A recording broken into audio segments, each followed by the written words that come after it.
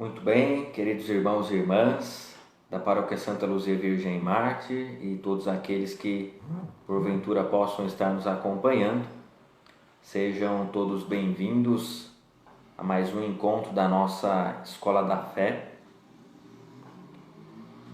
Nós estamos estudando o compêndio do Catecismo da Igreja Católica e hoje nós vamos dar continuidade no tema Creio no Espírito Santo, que é um dos artigos da nossa fé.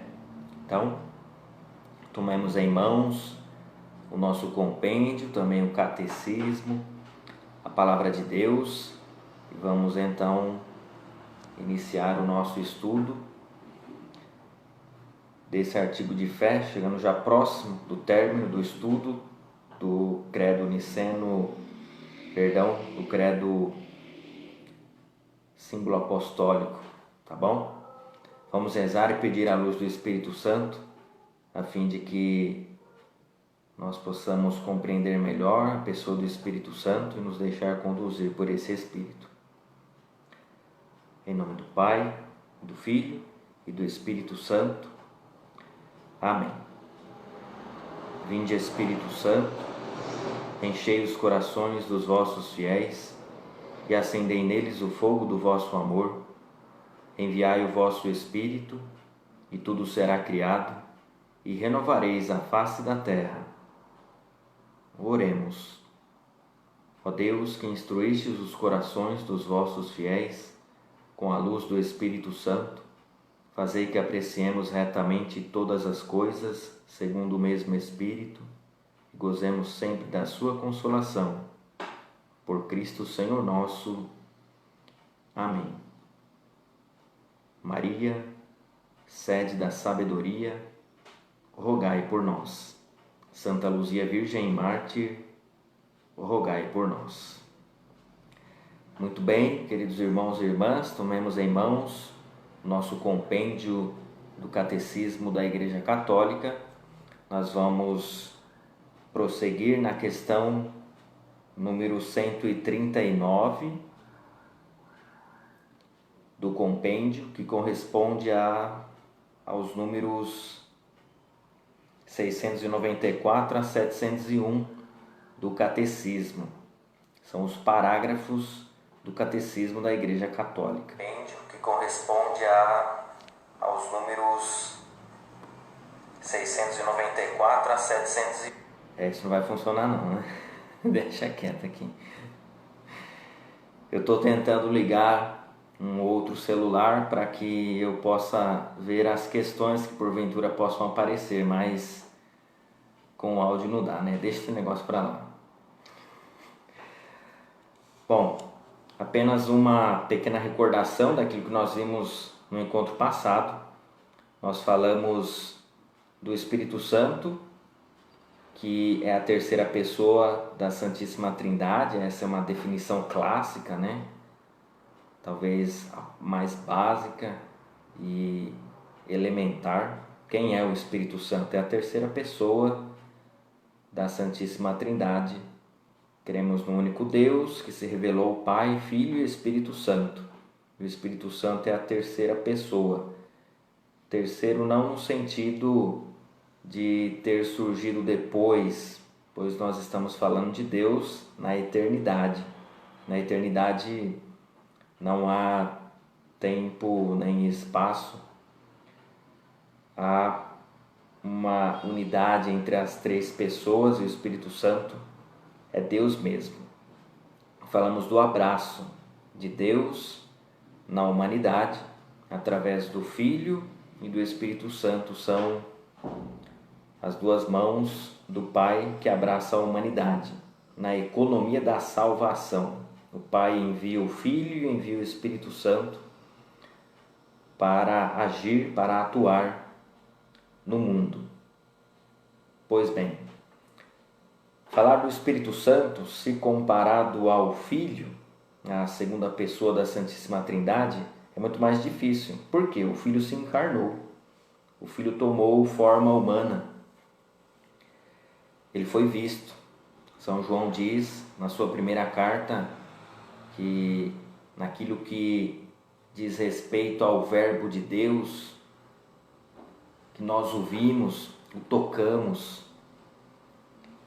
Agora o Espírito Santo nós não o vemos, nós sentimos e percebemos os rastros do Espírito Santo, sua obra. E a partir disso nós podemos crer no Deus que está presente por meio do seu Espírito, mas o Espírito Santo não se encarnou, não tomou forma humana. Nós falávamos no encontro passado da inabitação do Espírito Santo, ou seja, o Espírito Santo habita dentro do ser humano. Então, falar do Espírito Santo é mais complexo. Nós sabemos que ele existe, mas nós não o vemos.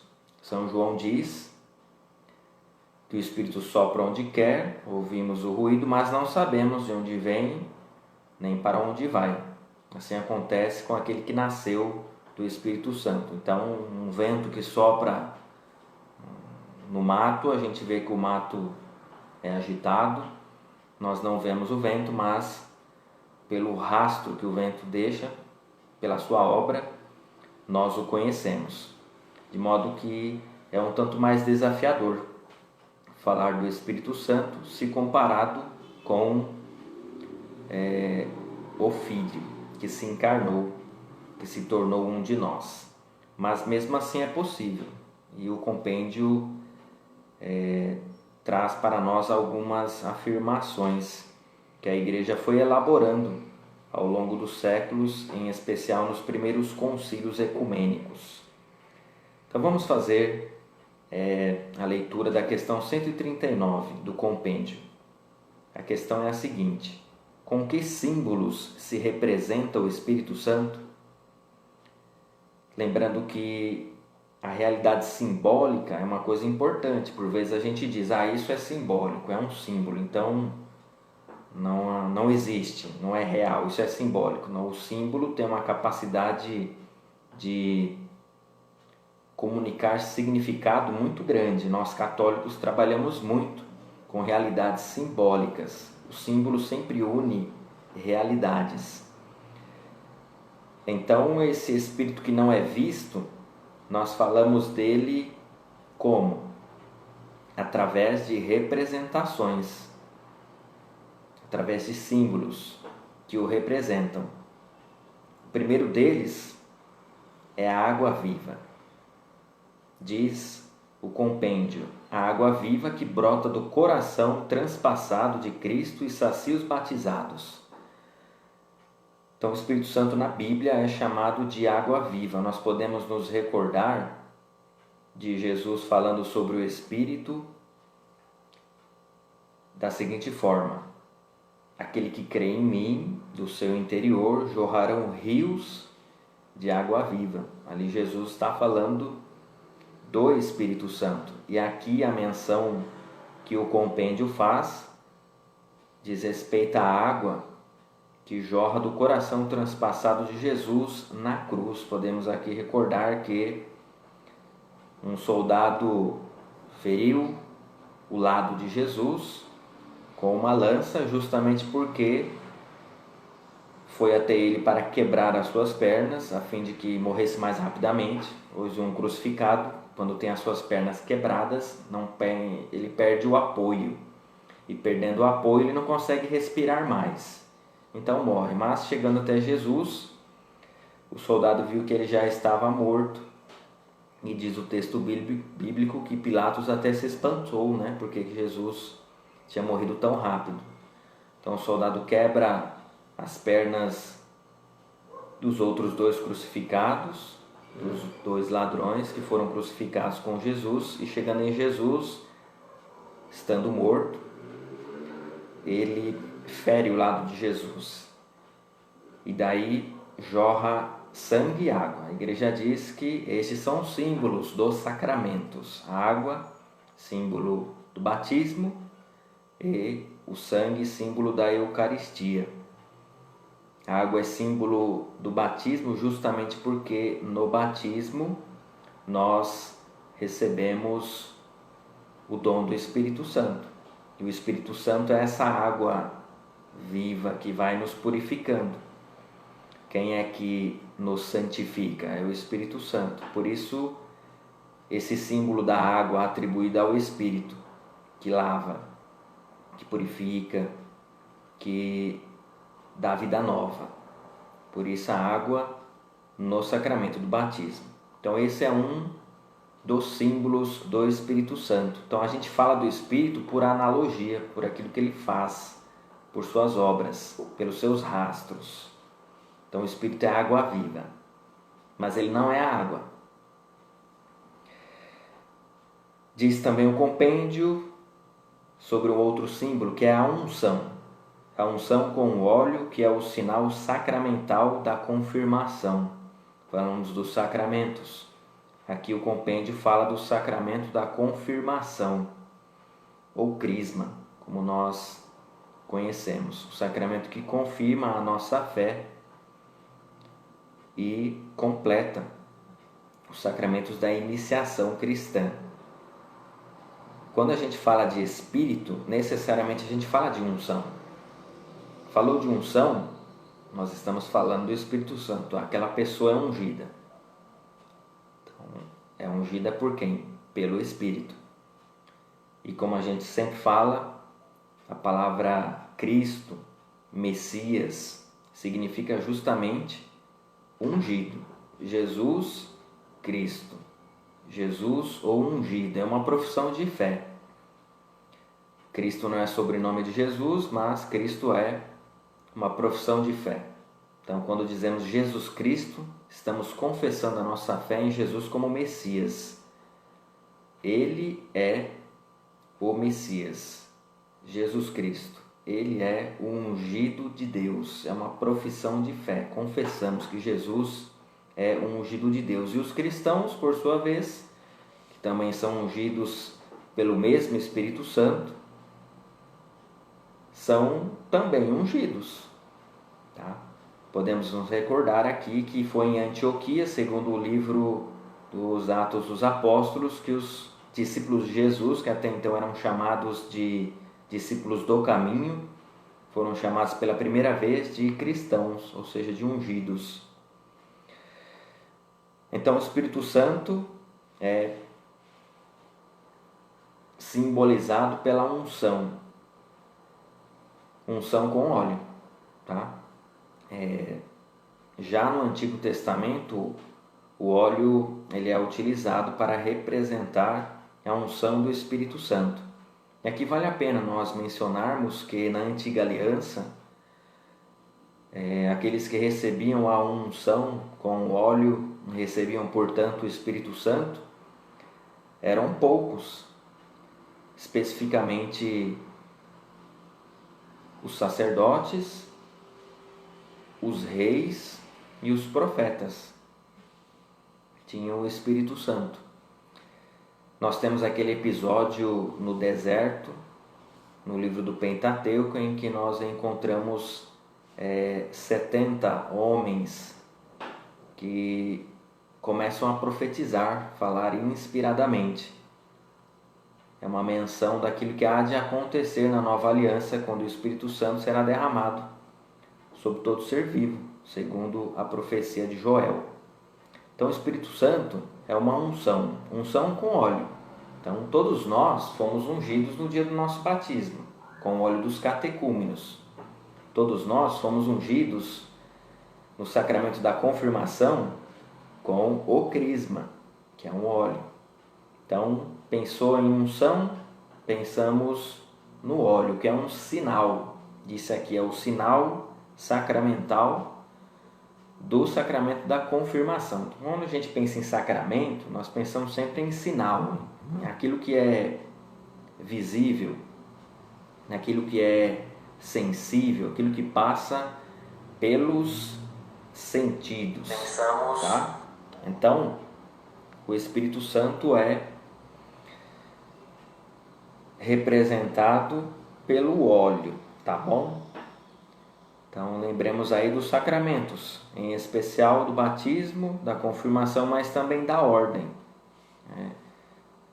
Especificamente, o padre e o bispo são ungidos com o crisma. o padre nas mãos, é por isso que o padre abençoa. Também é por isso que algumas pessoas beijam a mão do padre, não é? E o bispo recebe a unção na cabeça, por sua vez, né? O outro símbolo, dito aqui pelo compêndio, é o fogo. Fogo que transforma aquilo que toca. Então, o fogo, por exemplo, um metal precisa passar pelo fogo para receber a sua forma final. Então, o fogo ele transforma. O fogo muda a matéria, né? Um minério de ferro precisa passar pelo fogo para se tornar aço. Então, é pela obra, pelo rastro deixado, que nós chamamos o Espírito Santo de fogo. Podemos nos recordar aqui daquilo que diz São João Batista: eu vos batizo com água, porém virá outro que vos batizará com o Espírito Santo e com fogo. Então, a obra da santificação dos membros do corpo de Cristo, que somos nós, é atribuída ao Espírito Santo. Lembrando daquilo que nós conversamos no encontro passado, existem ações próprias de cada pessoa. Basicamente, o Pai é o Criador, o Filho é o Redentor e o Espírito Santo é o Santificador. Entretanto, nenhuma dessas ações apropriadas a cada pessoa da Santíssima Trindade é feita sozinha. Então, o Pai cria com o Filho e com o Espírito Santo. E o Espírito Santo nos santifica com o Pai e com o Filho. Nenhuma das ações da Santíssima Trindade são realizadas isoladamente. Aqui a gente nunca perde a dimensão de comunhão, de unidade na Santíssima Trindade. Por isso a Trindade é chamada de a melhor comunidade. Correto? Então, um dos símbolos do Espírito Santo é o fogo, porque o fogo transforma. No nosso caso, o Espírito que habita em nós vai nos transformando, vai nos edificando, vai nos conformando a Jesus Cristo. Aqui vale a pena dizer que o Espírito Santo revela Jesus a nós.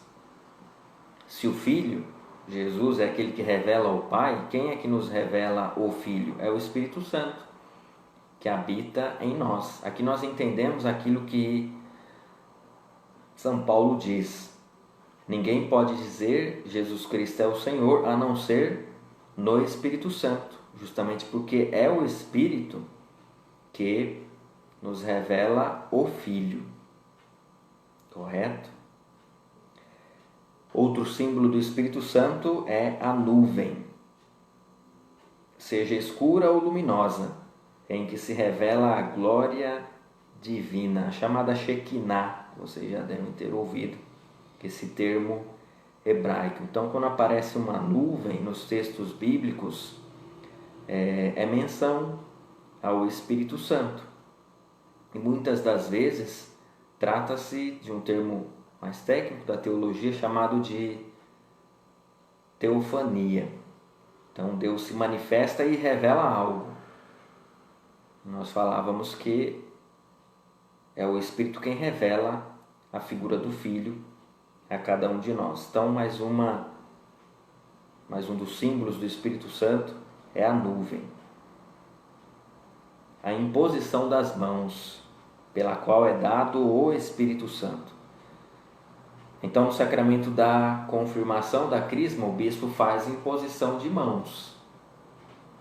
Enquanto faz a imposição de mãos, ele faz uma oração, que é a forma do sacramento. Nas ordenações também existe imposição de mãos. Então, quando a gente pensa em imposição de mãos, a gente está pensando na transmissão de algo. Então, o bispo, quando impõe as mãos sobre alguém, ele está transmitindo algo que que ele possui. O bispo na nossa igreja é aquele que detém a plenitude do sacramento da ordem. Tá? Então,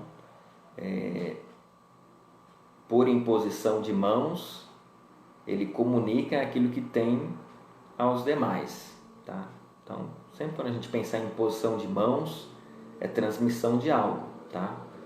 Especificamente transmissão do Espírito Santo. Tá? Em vários momentos o padre faz imposição de mãos. Então, a imposição de mãos é um dos símbolos do Espírito Santo. Podemos aqui nos recordar do livro dos Atos dos Apóstolos, em que são encontrados alguns discípulos de João Batista na Samaria. E os discípulos perguntam a eles: vocês já receberam o Espírito Santo? E eles dizem: nem sequer ouvimos falar que existe um Espírito Santo. Então, os discípulos comunicam aos apóstolos que estão em Jerusalém, se não me engano é Pedro e João, que vão até Samaria e ali oram, impondo as mãos sobre esses discípulos de João. Por isso que o sacramento da confirmação e, logicamente, o da ordem também é atribuído ao bispo. Então, haviam lá discípulos que encontraram discípulos de João.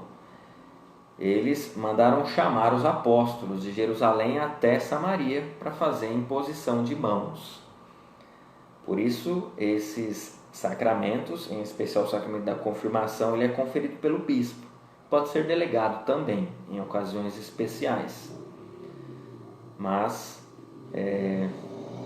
é um dos gestuais da nossa liturgia sacramental e um dos símbolos do Espírito Santo, tá bom? A pomba, talvez um dos mais conhecidos, que desce sobre Cristo e permanece sobre ele no batismo. Podemos nos recordar da cena do batismo de Jesus. Nós temos ali inclusive uma teofania. O Pai diz: este é meu Filho muito amado, em quem coloquei o meu agrado. O Filho que está nas águas, sendo batizado, o Espírito Santo que desce, sob forma de pomba. Temos uma manifestação da Trindade.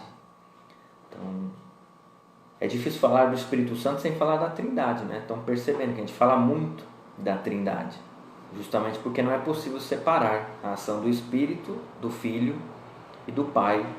E isso se aplica a todas as outras pessoas da Santíssima Trindade. Nunca uma pessoa age sozinho na Trindade, correto?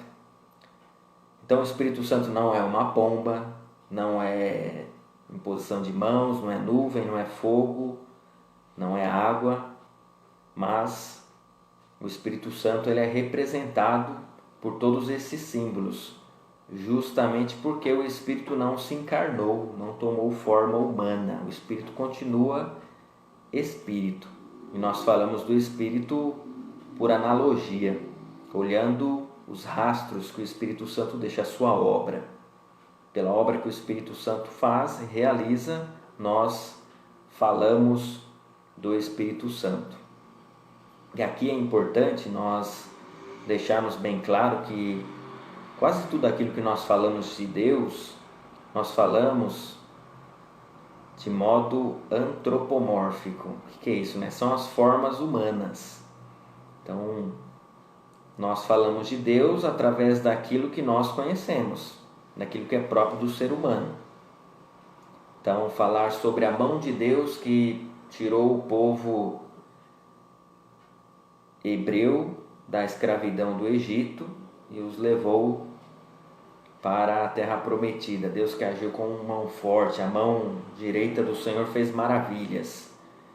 Não é que Deus tenha uma mão, é que nós entendemos e precisamos falar de Deus de modo humano, porque nós conhecemos aquilo que é humano. Então, mesmo quando a gente vai falar de Deus, nós usamos formas humanas. Tudo bem? E é sempre assim. E Deus, para se revelar e se comunicar a nós, ele também se utiliza das formas humanas. Por exemplo, a escrita, que é utilizada na Sagrada Escritura. A escrita é própria do ser humano. E Deus, para se revelar, para se comunicar, se permite passar pela letra, não é? Lembrando que a letra sem o Espírito é morta, não é? Então nós falamos aqui na questão 139 do compêndio que corresponde aos parágrafos 694 e 701, ou seja, os símbolos do Espírito Santo, tá bom? Pois bem, vamos passar então à questão número 140 do compêndio, que nos traz a seguinte questão: o que significa que o Espírito falou por meio dos profetas? Então aqui é uma menção direta ao símbolo niceno-constantinopolitano, que é aquela profissão de fé que nós fazemos, que é mais longa, mais completa e foi elaborada nos concílios de Nicéia em 325 e Constantinopla em 381. São os dois primeiros concílios ecumênicos da igreja. Quando a gente fala de ecumênico aí, nós estamos falando da totalidade da igreja naquele momento. Então a palavra ecumênico vem do grego oikumene, né, que significa a totalidade, a completude. Então um concílio ecumênico foi uma reunião de bispos que reuniu teoricamente os bispos do mundo inteiro, ou pelo menos do mundo cristão conhecido naquele momento. Estamos falando aí do século IV da era cristã. Então, o que significa que o Espírito falou por meio dos profetas? Vamos ver então o que responde o compêndio. Com o termo profetas se entende todos os que foram inspirados pelo Espírito Santo para falar em nome de Deus. Vocês sabem, pelo batismo nós nos tornamos sacerdotes, profetas e reis, ou pastores, se assim preferirmos. Na antiga aliança, nem todos eram profetas. Na nova aliança, todos nós somos profetas. Todos nós somos sacerdotes, todos nós somos pastores. Todos nós participamos desse munus de Cristo. Ele que é o pastor verdadeiro, ele que é o sacerdote verdadeiro, ele que é o profeta por excelência. Então, pelo batismo, nós participamos do sacerdócio comum dos fiéis. O padre, a seu modo, de modo específico, de modo ministerial, participa desse munus de Cristo, tendo em vista o ministério sacerdotal. Mas todos nós somos profetas. Então, quem é o profeta? É aquele que sempre tem visões, fala do futuro, também, mas não somente. O profeta é aquele, como disse o compêndio, a pessoa que fala inspiradamente, fala em nome de Deus. Então a pessoa inspirada é um profeta. Às vezes a gente toma o nome profeta e vê como uma coisa muito distante de nós, não é?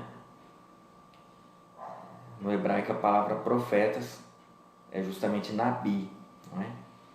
Então o profeta é aquele que fala inspiradamente, tá? Na nova aliança, repito, todos nós, pelo batismo, nos tornamos profetas e devemos exercer esse profetismo. Para exercermos de fato o profetismo, nós não podemos estar muito amarrados, fazer barganhas, trocas, alianças, por exemplo, com o poder temporal.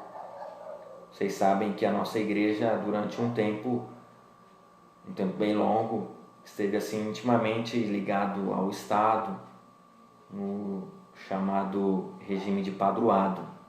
A igreja perde um pouco do seu profetismo. A igreja não pode estar aliada ao poder civil, deve cooperar com o poder civil, com o poder temporal, mas nunca amarrada, senão ela perde o seu profetismo. Então os profetas são pessoas que não estão amarrados a ninguém, não é? Não fazem nenhum tipo de aliança a não ser com Deus, justamente para serem fiéis a esta aliança. A palavra essa fundamental no Antigo Testamento, tá? Se nós quisermos entender bem o Antigo Testamento, a palavra aliança é fundamental. E os profetas são aqueles que verificam que o povo deixa a aliança feita especificamente no Sinai, quando Deus liberta o povo da escravidão no Egito, os faz atravessar o Mar Vermelho a pé enxuto, chegando no deserto, ali eles fazem aliança com Deus. O tempo passa e o povo, por vezes, se distancia da aliança. E os profetas surgem para recordar a infidelidade do povo e convidar o povo a retornar à aliança feita com Deus. E isso ocorre conosco constantemente, né? A história de Israel nos narra isso. O povo que volta e meia se afasta de Deus, surgem os profetas e convidam, por meio da conversão, da penitência, ao retorno à aliança.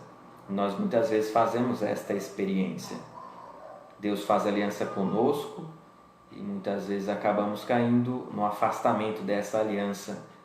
E a igreja está sempre nos recordando de que precisamos retornar à aliança. Então os profetas são aqueles que falam inspiradamente, falam em nome de Deus, fazendo menção aqui ao símbolo niceno-constantinopolitano que diz: ele que falou pelos profetas. Continuando a leitura, diz assim: o Espírito dá às profecias do Antigo Testamento pleno cumprimento em Cristo, cujo mistério desvenda o Novo Testamento. Bom, para entender o Antigo Testamento, nós precisamos do Novo e vice-versa.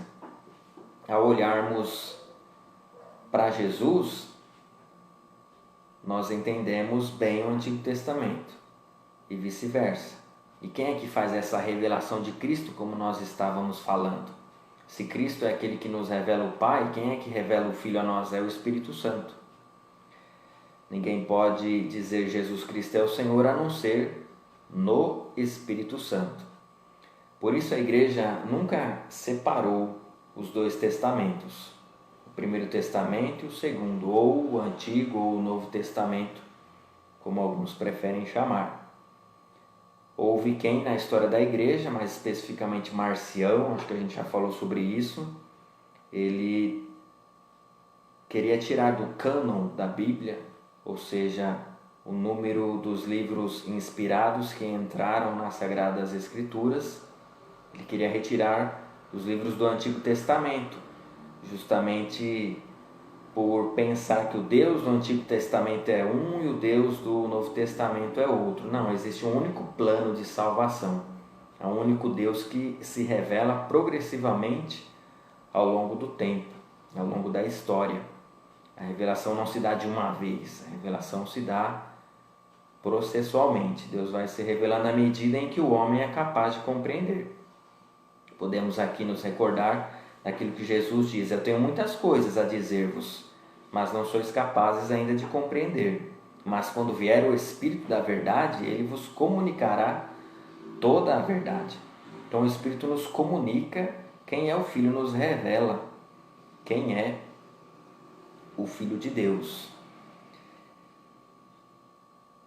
Muito bem, então discorremos aí na questão 140 sobre o que significa ele que falou pelos profetas, que corresponde aos parágrafos 687 a 688 do Catecismo da Igreja Católica, correto? Podemos então partir para a questão 141 do compêndio, que diz assim: o que realiza o Espírito Santo em João Batista? Nós que celebramos São João Batista na semana passada, não é? Ainda muitas pessoas confundem São João Batista com João Evangelista. Então nós temos ali no Novo Testamento pelo menos dois personagens com o nome de João. Primeiro aparece João, o batizador, o batista, aquele que aponta para Jesus, eis o Cordeiro de Deus, que tira o pecado do mundo, que não era um dos 12 apóstolos. É aquele que diz: se importa que ele cresça ou diminua, vem preparar o povo de Deus para receber o Messias. E há um outro João, que é irmão de Tiago, filho de Zebedeu, um daqueles que Jesus, ao passar pelo mar da Galileia, chama, são pescadores. E Jesus chama: segui-me, farei de vós pescadores de homens. Na semana passada, no dia 24, nós celebramos São João Batista, ou seja, o batizador. Então, o que o Espírito Santo realiza em João Batista? Vamos ver. O Espírito Santo enche João Batista. Aqui é importante mencionar, se nós pegarmos os capítulos 1 e 2 do livro de Lucas, vamos ver que todos os personagens que aí aparecem, eles são cheios do Espírito Santo, todos. João Batista, Isabel, Zacarias, Maria, Jesus, José, todos eles são cheios do Espírito Santo. Lembrando que capítulos 1 e 2 do livro de Lucas formam aquilo que é chamado de relatos da infância de Jesus. E esses relatos sobre a infância de Jesus nós encontramos apenas em 2 evangelhos, Lucas e Mateus. Observemos que Marcos não fala da infância de Jesus, nem João. Então, os evangelhos da infância, ou os relatos sobre a infância de Jesus, nós encontramos apenas os evangelistas Mateus e Lucas. E muitas pessoas estranham isso, mas é fato. Os evangelhos começaram a ser escritos pelo fim. Parece estranho, mas é isso. Os evangelhos foram escritos primeiramente começando pelos relatos da paixão, morte e ressurreição de Jesus. Muito provavelmente os relatos da infância foram os últimos a serem escritos. Por isso que o mistério pascal de Jesus, sua paixão, morte e ressurreição, é um mistério central na Sagrada Escritura, é um mistério central na nossa vida de fé, é um mistério central na liturgia, celebrada na Eucaristia. Então, os relatos da infância foram escritos posteriormente. E aqui, na resposta, nós encontramos o Espírito Santo que enche São João Batista. A gente encontra isso nos relatos da infância. Em que ocasião? Podemos nos recordar do encontro de Maria com Isabel, as grávidas que se encontram, e João reconhece o Messias quando Maria saúda Isabel, muito provavelmente com a saudação muito peculiar e própria dos judeus, o Shalom. E ao ouvir a voz de Maria, ela diz que a criança que está no seu ventre, João Batista, estremece, se manifesta. Então é cheio do Espírito Santo desde o ventre materno. Então o Espírito enche São João Batista desde o ventre, que é o último profeta do Antigo Testamento, o qual, sob a sua ação, é enviado a preparar um povo bem disposto para o Senhor. Então João aqui é apresentado como o último profeta do Antigo Testamento e o mais privilegiado, porque ele viu o Messias que os demais profetas anunciaram, principalmente o profeta Isaías. João Batista anunciou e viu, o apontou. Por isso Jesus diz: dentre os nascidos de mulher, nenhum é maior do que João Batista. Vale a pena recordar aqui que na liturgia da igreja nós celebramos o nascimento apenas de 3 pessoas. Primeiro Jesus, depois Maria e por terceiro São João Batista. Nós celebramos na semana passada a natividade de São João Batista, o seu nascimento, porque existe uma outra festa litúrgica em que nós celebramos o martírio de São João Batista. Na semana passada foi a natividade, ou seja, o seu nascimento. Então João Batista é cheio do Espírito Santo desde de o ventre da sua mãe. É ele quem aponta para o Cordeiro de Deus, aquele que tira o pecado do mundo.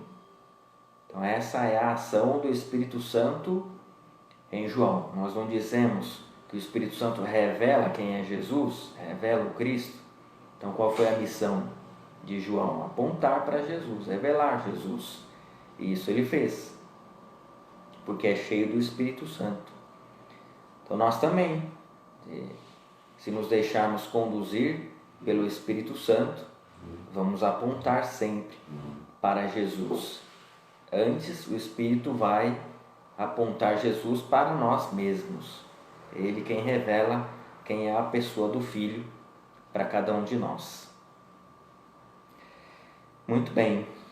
Continua dizendo que João vem para anunciar a vinda de Cristo, Filho de Deus, aquele sobre o qual viu descer e permanecer o Espírito, aquele que batiza com o Espírito Santo. Aqui é a citação do Evangelho segundo João, capítulo 1, versículo 33. Essa é a ação do Espírito em João Batista. E aqui é muito interessante falar sobre São João Batista.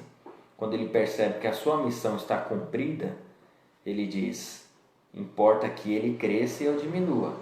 Eu vim para apontar para ele. Agora que ele começou a agir, importa que eu diminua e ele cresça. Ou seja, ele conhecia os limites, os parâmetros da sua missão. Na liturgia da igreja, nós encontramos uma regra que nós podemos estender para tantas outras situações, que diz assim: na liturgia, faça-se aquilo que lhe é próprio e somente o que lhe é próprio.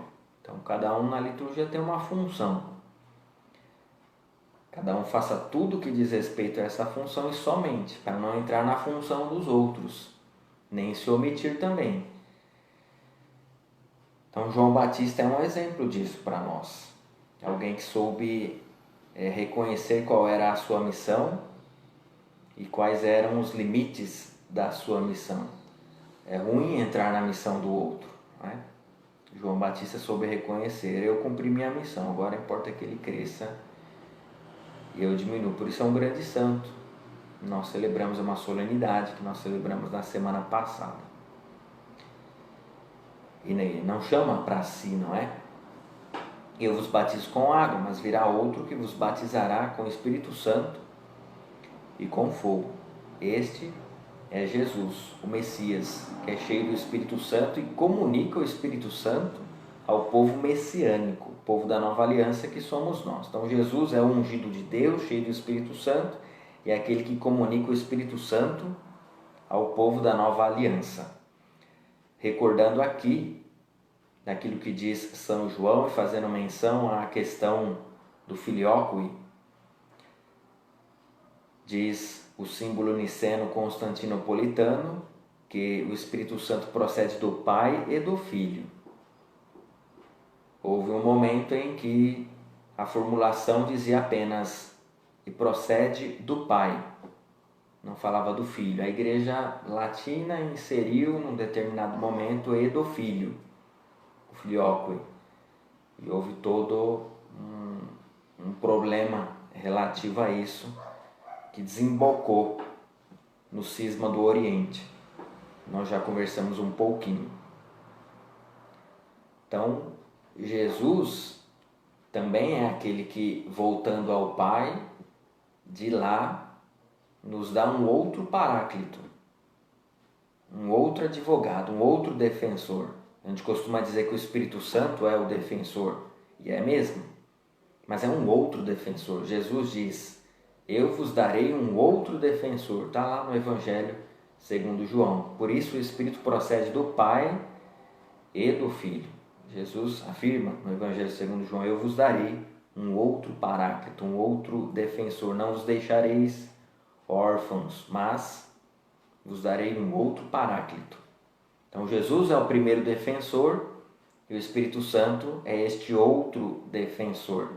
Podemos fazer menção novamente aqui o abraço do Pai, que envia o Filho e o Espírito Santo ao mundo para abraçar assim a humanidade.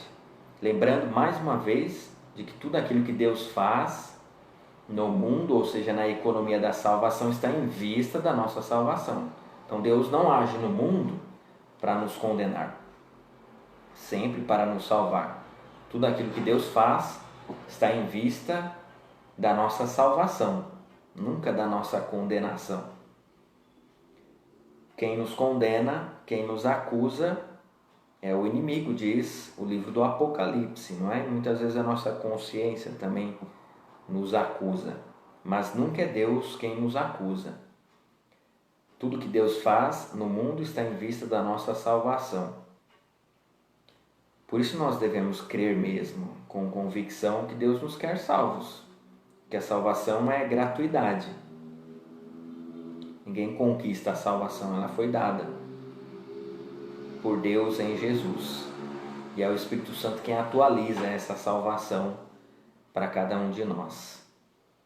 Então vimos aí, no número 141, a ação do Espírito Santo em São João Batista, que é basicamente apontar para o Messias. O Espírito Santo é a pessoa que nos revela o Filho. Quem é Jesus? É o Espírito Santo. Ninguém pode afirmar Jesus Cristo é o Senhor, a não ser no Espírito Santo, diz São Paulo na primeira carta aos Coríntios. Pois bem, vamos então aqui à questão número 142, questão importante, ó. Qual é a obra do Espírito Santo em Maria? Vamos ver o que o compêndio nos diz. O Espírito Santo dá cumprimento em Maria às expectativas e à preparação do Antigo Testamento para a vinda de Cristo. Então, nós cristãos, olhando para o Antigo Testamento, nós o interpretamos como uma grande preparação para a vinda de Jesus. E o Espírito Santo em Maria dá cumprimento a estas expectativas, pois o Espírito Santo gera no seio de Maria o Filho. Não cria, né? Mas é por obra do Espírito Santo. Por isso que a gente diz que o Espírito revela o Filho. Em Maria, o Espírito Santo dá forma ao Filho. Aqui nos encontramos mais uma vez a Trindade agindo conjuntamente, nunca isoladamente. Por isso é a melhor comunidade. Às vezes na comunidade cristã nós queremos agir sozinhos, não é? Não se age sozinho na comunidade cristã, pois o nosso modelo comunitário é justamente a Trindade. Na Trindade, nenhuma das pessoas faz carreira solo. E às vezes a gente quer fazer carreira solo na igreja. Não. A Trindade age em comunhão, nós também devemos agir em comunhão. Não existe igreja sem comunhão. Igreja é comunhão. Igreja não é um apanhado de pessoas que estão juntas sem estarem unidas, sem comunhão. E aqui, já que tocamos nesse assunto e a gente está vivendo esse tempo de pandemia, não é? A palavra igreja, como vocês sabem, significa reunião, né? Ou assembleia reunida. Então, quando passar esse tempo da pandemia, nós podemos fazer uso, continuar fazendo uso dos meios de comunicação social, em especial das redes sociais. Mas, podendo nos reunirmos na igreja, a igreja aí com I minúsculo, né, o templo, nós devemos fazer, porque igreja é reunião, Penso que muito em breve nós, na nossa paróquia, iremos voltarmos progressivamente ao retorno das celebrações. Penso que não vai demorar muito para a gente voltar, não, com todas aquelas restrições. Por um tempo não estamos nos reunindo, mas igreja é reunião. Então a pandemia vai passar e nós precisamos nos reunir. Algumas coisas certamente vão ficar, né, da pandemia, mas muita coisa, a gente não pode viver de igreja virtual. Dom Pedro escreveu uma carta pastoral falando sobre isso, está à disposição no site da Diocese, se não me engano, é Fé e Coragem, o nome da carta pastoral. Ao abrir o site da Diocese aparece logo de cara lá. Então, igreja é reunião, igreja é reunião. Em breve estaremos reunidos com a graça de Deus, não é? Pois bem, vamos lá. O Espírito Santo dá cumprimento em Maria às expectativas e à preparação do Antigo Testamento para a vinda de Cristo. Então, o Antigo Testamento prepara o Novo. De maneira única. Então, o que aconteceu em Maria é único, singular e irrepetível. Não aconteceu com mais ninguém. De maneira única, o Espírito Santo a enche de graça. Por isso ela é a cheia de graça, plena da graça. E torna a sua virgindade fecunda, para dar à luz o Filho de Deus encarnado. É aí que Maria se torna a mãe de Deus. Ela não é a mãe do Verbo eterno, mas ela se tornou a mãe do Verbo encarnado. Isso por obra do Espírito Santo.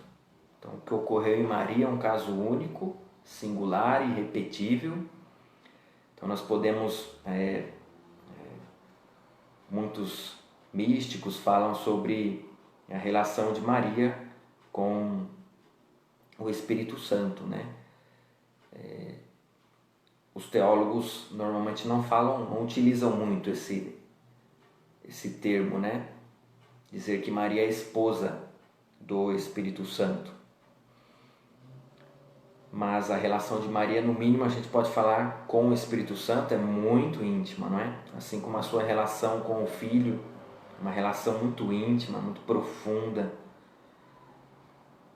e fecunda, não é? Então, o que aconteceu em Maria é caso único. De vez em quando a gente vê muitas piadinhas, né? Fazem muitas piadinhas sobre nós. O mundo moderno hoje zomba muito da nossa fé, não é?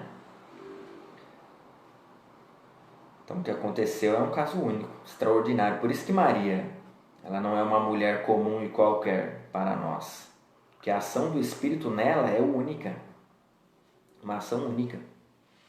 Gerando o Filho no seu ventre, tornando a sua virgindade fecunda. Então, não é uma mulher comum, uma mulher como as outras, não. É uma mulher diferenciada, né?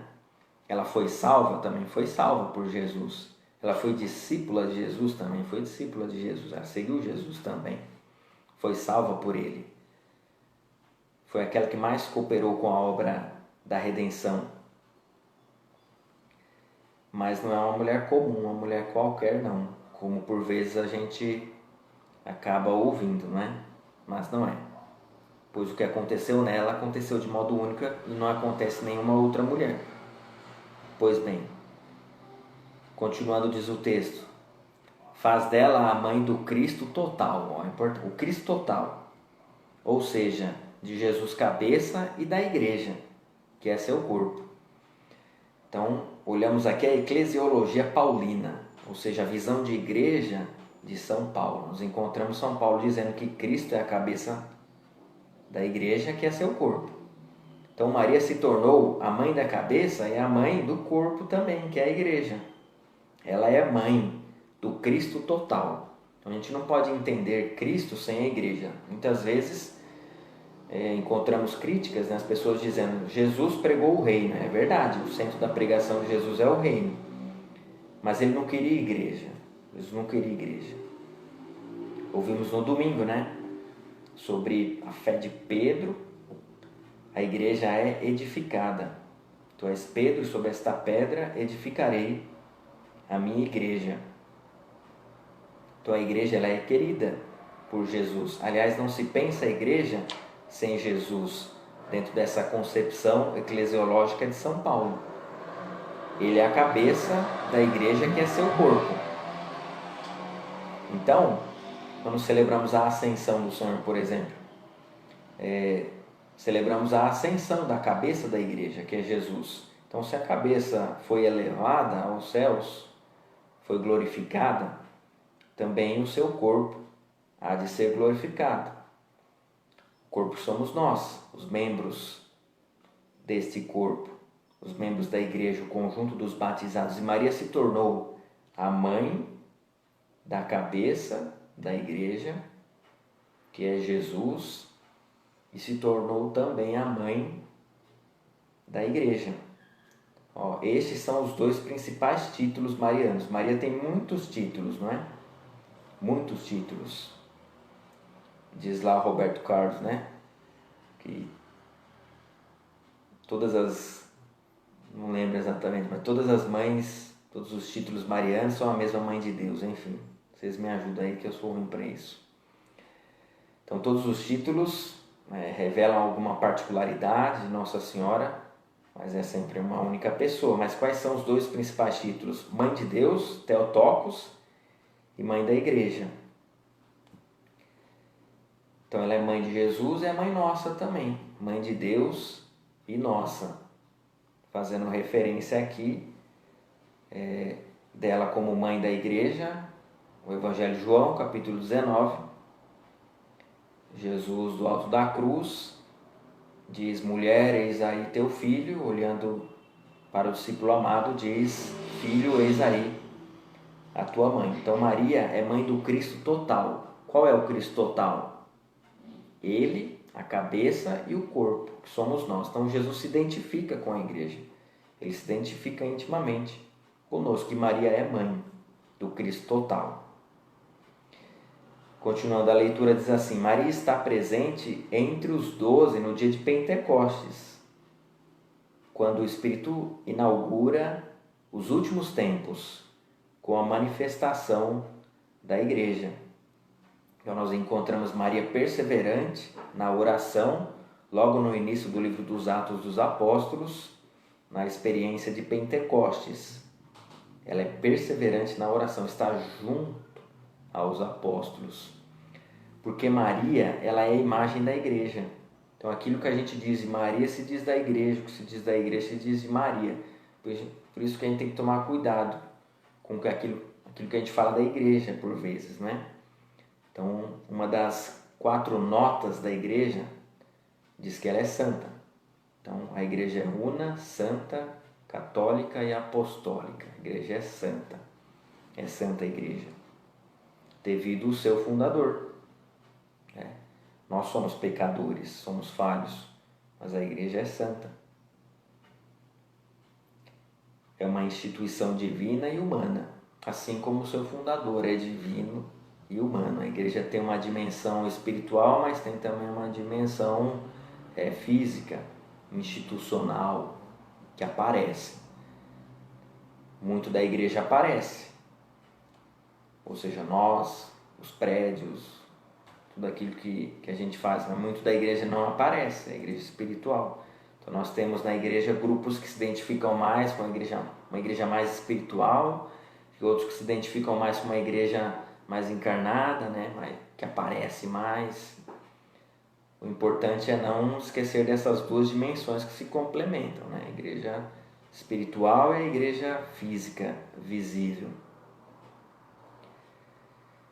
Em Pentecostes, Maria está junto aos apóstolos, quando o Espírito Santo inaugura os últimos tempos, né? Às vezes a gente fala, estamos nos últimos tempos, né? Veio o novo coronavírus, estamos nos últimos tempos. E estamos mesmo, de fato. E a igreja diz que estamos nos últimos tempos desde Pentecostes. Então, desde o início da igreja não existe mais nada a ser revelado. Algumas pessoas estranham isso, né? O que é a revelação divina? A revelação divina é o movimento que Deus faz, saindo de si mesmo e vindo ao encontro da humanidade, mostrando a si mesmo, comunicando a si mesmo, diz a Dei Verbum do Concílio Vaticano II. Na revelação, Deus comunica a si mesmo.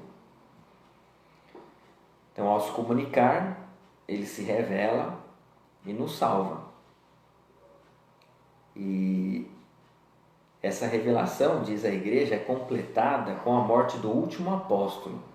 Então diz a Dei Verbum, essa constituição dogmática sobre a revelação divina do Concílio Vaticano II, que é um texto muito rico que vocês podem ler, que Em Jesus, Deus disse tudo e não há de se esperar mais nenhuma outra revelação. A revelação está completada em Jesus, basicamente, especificamente com a morte do último apóstolo, ou seja, aquele que teve contato direto com Jesus. Nós não estamos falando das revelações particulares, das revelações privadas. Todas elas não trazem algo de novo. Elas não acrescentam à revelação divina novas verdades, mas explicitam de modo contextualizado alguma verdade já revelada em Jesus Cristo. Porque Jesus é a própria palavra de Deus. Então, Deus em Jesus disse tudo. Não devemos esperar uma outra revelação.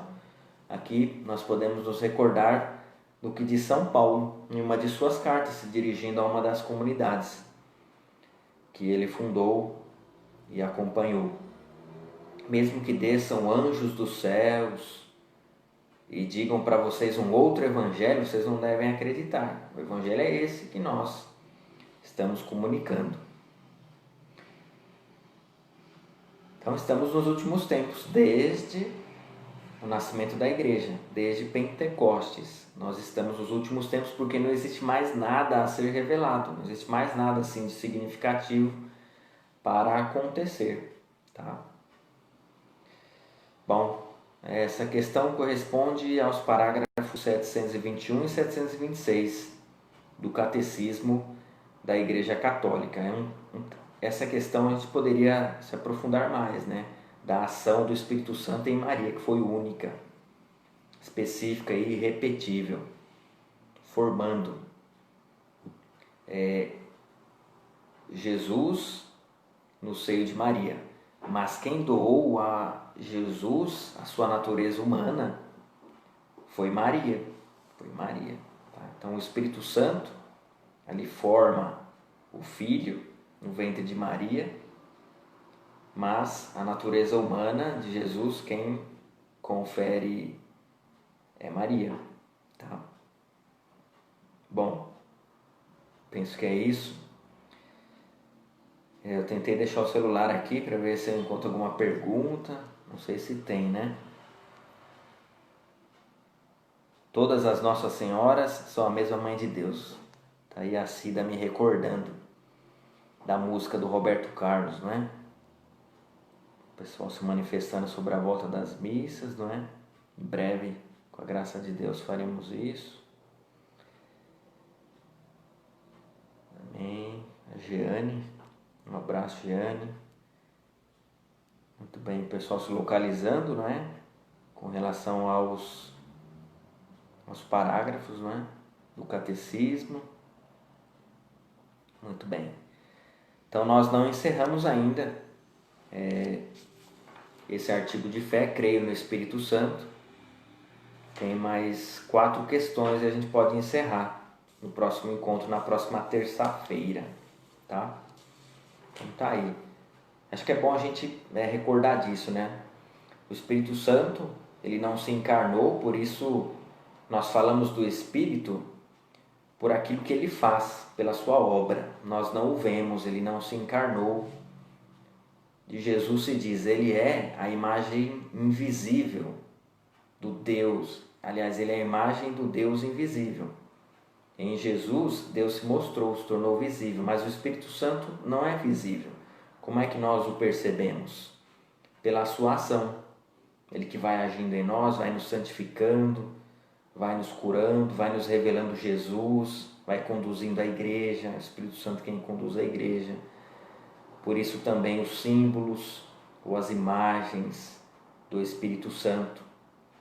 Tá bom? Então, vamos encerrando o nosso encontro de hoje. Eu agradeço a companhia de vocês. Na próxima terça-feira, com a graça de Deus, nós teremos mais um encontro da nossa Escola da Fé e vamos continuar a falar sobre o Espírito Santo, a terceira pessoa da Santíssima Trindade, o Espírito Santificador que age em nós. O Espírito Santo, que é o amor de Deus que foi derramado em nossos corações, é a pessoa amor na Trindade. Vamos pedir a benção de Deus sobre cada um de nós. O Senhor esteja convosco, Ele está no meio de nós, a nossa proteção está no nome do Senhor, que fez o céu e a terra. Por intercessão da bem-aventurada Virgem Maria e de Santa Luzia Virgem Mártir, abençoe-vos o Deus Todo-Poderoso, Pai e Filho e Espírito Santo. Amém. Irmãos e irmãs, fiquem em paz. Tenham todos uma boa noite. Deus os acompanhe. Amém. Louvado seja nosso Senhor Jesus Cristo. Para sempre seja louvado. Um abraço, gente. Boa noite. Até amanhã na missa, para aqueles que puderem, às 9 horas da manhã, e amanhã pela noite, terço mariano. Um abraço.